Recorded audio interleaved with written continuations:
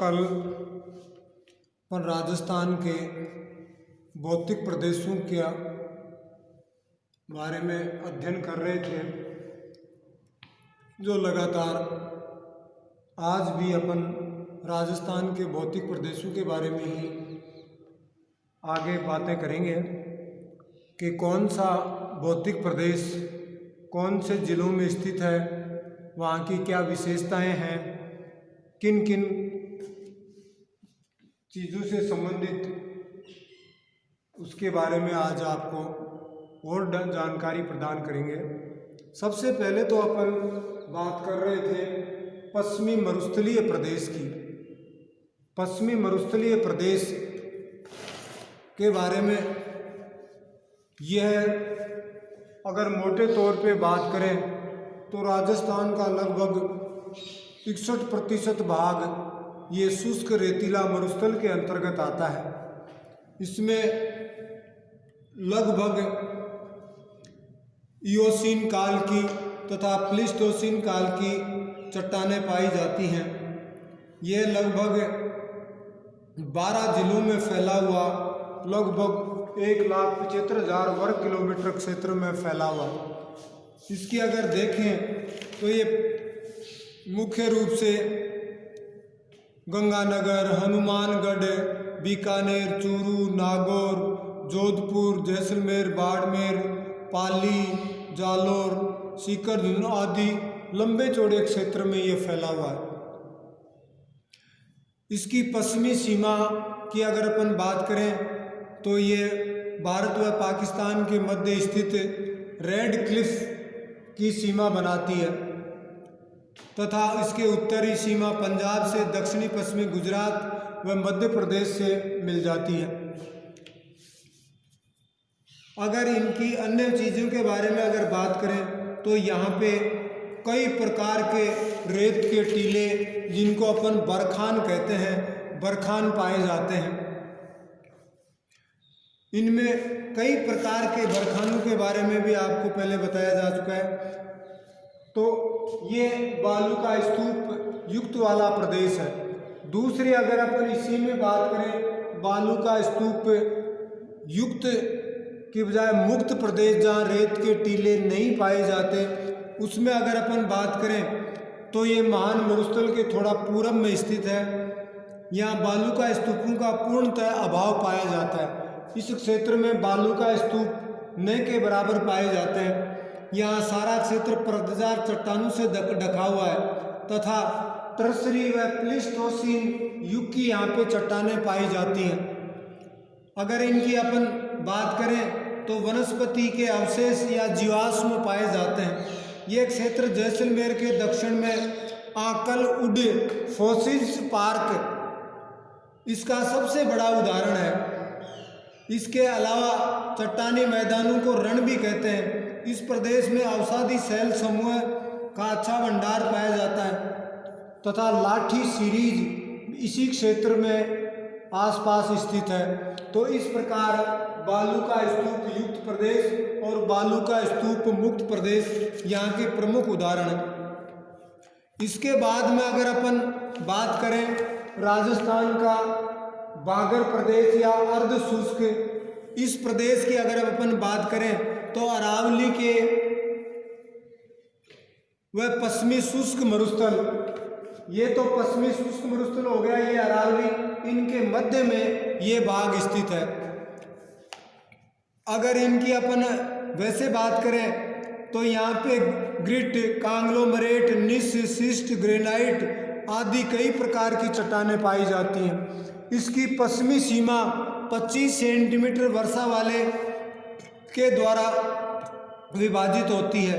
ये क्षेत्र लगभग 75,000 वर्ग किलोमीटर क्षेत्र में फैला हुआ है। इसकी उत्तरी सीमा घग्गर नदी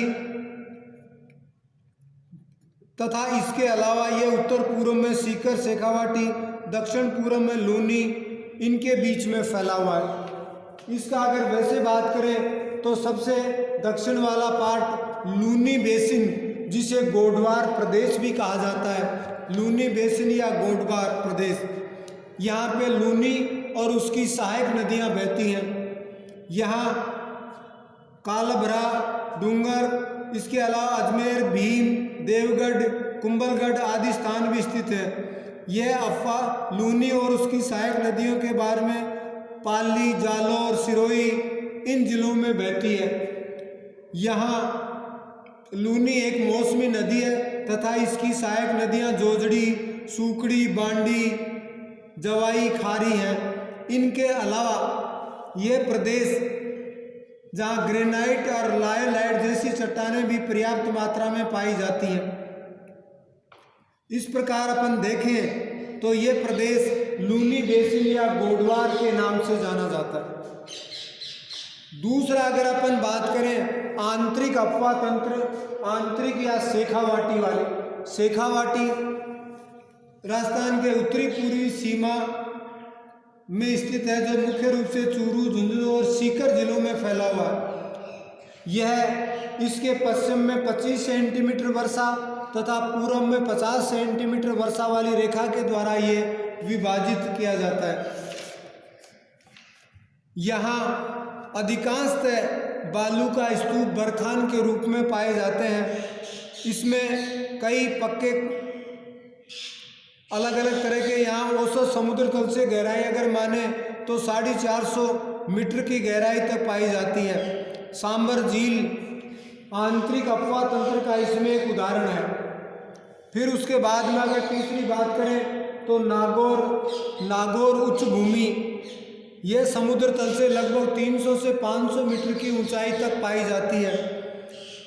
यहाँ स्थलाकृतिक नमक युक्त सहलें, अंतरप्रवाह जलक्रम, प्राचीन चट्टानें आदि विशिष्ट पाई जाती तथा यहाँ नमकीन झीलें जिसमें सांबर, डीडवाना, नावा, कुचामन ये प्रमुख खारे पानी की झीलें हैं जो 33 सागर का एक प्रमाण प्रस्तुत करती हैं।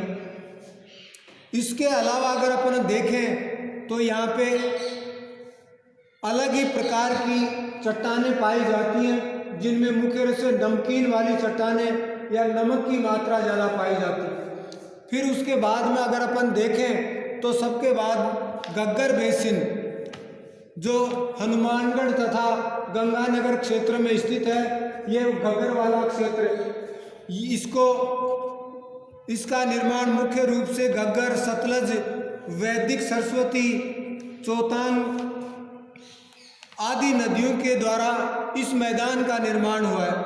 ये मुख्य रूप से हनुमानगढ़ या गंगानगर जिलों के लगभग 75% भाग पर फैला हुआ है। यहाँ घग्गर नदी मुख्य रूप से धीरे धीरे अब आंतरिक रूप से समाप्त होती जा रही है तथा ये भी एक मौसमी नदी थी। अब वर्तमान में यहाँ पे इंदिरा गांधी नहर के कारण जल की समस्या धीरे धीरे समाप्त होती जा रही है, परंतु अधिकांशतः इस क्षेत्र में जंगलों को पूर्णतः नष्ट कर दिया गया है। यहाँ वनस्पति बहुत ही कम पाई जाती है। इसके बाद में अगर अपन बात करें अरावली पर्वतीय प्रदेश के बारे में, अरावली पर्वतीय प्रदेश की बात करें अपन तो ये अरावली पर्वत श्रेणी विश्व की प्राचीनतम पर्वत श्रेणियों में से मानी जाती है। ये सबसे प्राचीन पर्वत श्रेणी है जिसमें जो गुजरात से लेकर दिल्ली तक फैली हुई है। यहाँ पे देखें अपन सीकर तथा खेतड़ी और सिंगाणा के आसपास इसकी सीमाएं धीरे धीरे कट हो जाती हैं। इस प्रकार खेतड़ी सिंगाणा से खेड़ ब्रह्म गुजरात तक इसकी लंबाई लगभग 550 किलोमीटर फैली हुई है।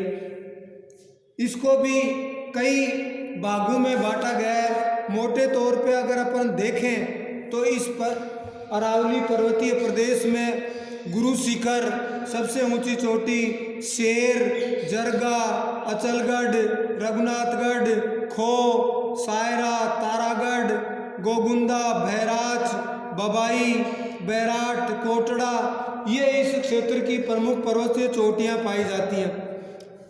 यहाँ पे सरिस्का, सीता माता, टाइगर, कुंभलगढ़, करौली, नाहरगढ़, सज्जनगढ़ ये यहाँ पे प्रमुख पर्यटक स्थल तथा अभ्यारण्य भी इसी प्रदेश में स्थित है। या इस प्रदेश में कई प्रकार के खनिजों की भी बहुलता पाई जाती है।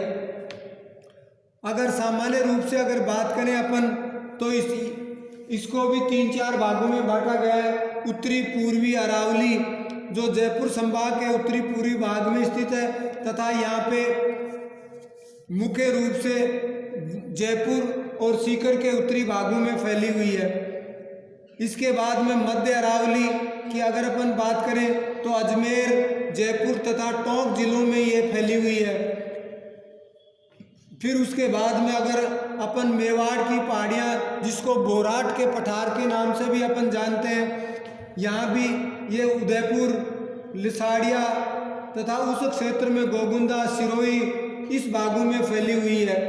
तथा लास्ट में आबू पर्वतीय प्रदेश जो इसकी सबसे ऊंची चोटी तथा सबसे अधिक ऊंचाई वाला प्रदेश स्थित है। इस प्रकार उत्तरी पूर्वी अरावली, मध्य अरावली, मेवाड़ की पहाड़ियाँ तथा आबू पर्वतीय प्रदेश ये इसके मुख्य उपविभाजन किए गए। इसके बाद में अगर अपन बात करें पूर्वी मैदानी क्षेत्र की बात करें तो पूर्वी मैदान का एक समतल मैदान जो लगभग राजस्थान के 23% भाग तथा 50% वर्षा के पूर्वी भाग में स्थित है। यह मुख्य रूप से चंबल, बनास तथा माही नदियों के द्वारा बना हुआ एक मैदानी क्षेत्र है जो डूंगरपुर, बांसवाड़ा, प्रतापगढ़, उदयपुर के अलावा सवाई माधोपुर, धौलपुर इन क्षेत्रों में फैला हुआ है। यहाँ इसके अलावा ये कोटा, बूंदी, बारा, टोंक, सवाई माधोपुर, धौलपुर इसके भी इस क्षेत्र में मुख्य रूप से अगर इनकी बात करें तो ये 3 भागों में इसको बांटा गया है। बनास बेसिन जहाँ पे बनास और उसकी सहायक नदियाँ बहती हैं तथा ये क्षेत्र अत्यधिक मात्रा में कृषि के लिए बढ़िया माना जाता है तथा कृषि उत्पादन भी यहाँ पे अधिक मात्रा में किया जाता है। इसके अलावा अगर अपन देखें तो दूसरी बात अगर अपन करें तो बनास नदी वाला क्षेत्र है, फिर चंबल बेसिन वाला और 56 बेसिन इसी क्षेत्र में स्थित है तथा यहाँ पे 56 बेसिन जो मुख्य रूप से माही नदी के द्वारा व उसकी सहायक नदियों के द्वारा बना हुआ है। ये डूंगरपुर, बांसवाड़ा वाला क्षेत्र। फिर लास्ट में अगर अपन बात करें तो हाड़ौती के पठार जो राजस्थान के लगभग 9.6% भाग पर फैला हुआ है तथा इसके ऊपर माल या मेवाड़ का पठार भी कहा जाता है जो झालावाड़, बूंदी, कोटा, चित्तौड़, भीलवाड़ा, बांसवाड़ा के कुछ भागों में फैला हुआ है। इसके भी 2 पार्ट कर रखे हैं। विंध्यन कगार, ये कगार भूमि बलुआ पत्थरों से निर्मित जो मुख्य रूप से बुंदेलखंड की तरफ फैली हुई है तथा धौलपुर व करौली क्षेत्रों में इसकी सबसे अधिक मात्रा पाई जाती है। तो विंध्यन क्षेत्र। दूसरा अगर बात करें तो दक्कन का लावा मैदान जो मध्य प्रदेश के विंध्यन पठार के पास में फैला हुआ है, इसे ऊपर माल के नाम से भी जाना जाता है।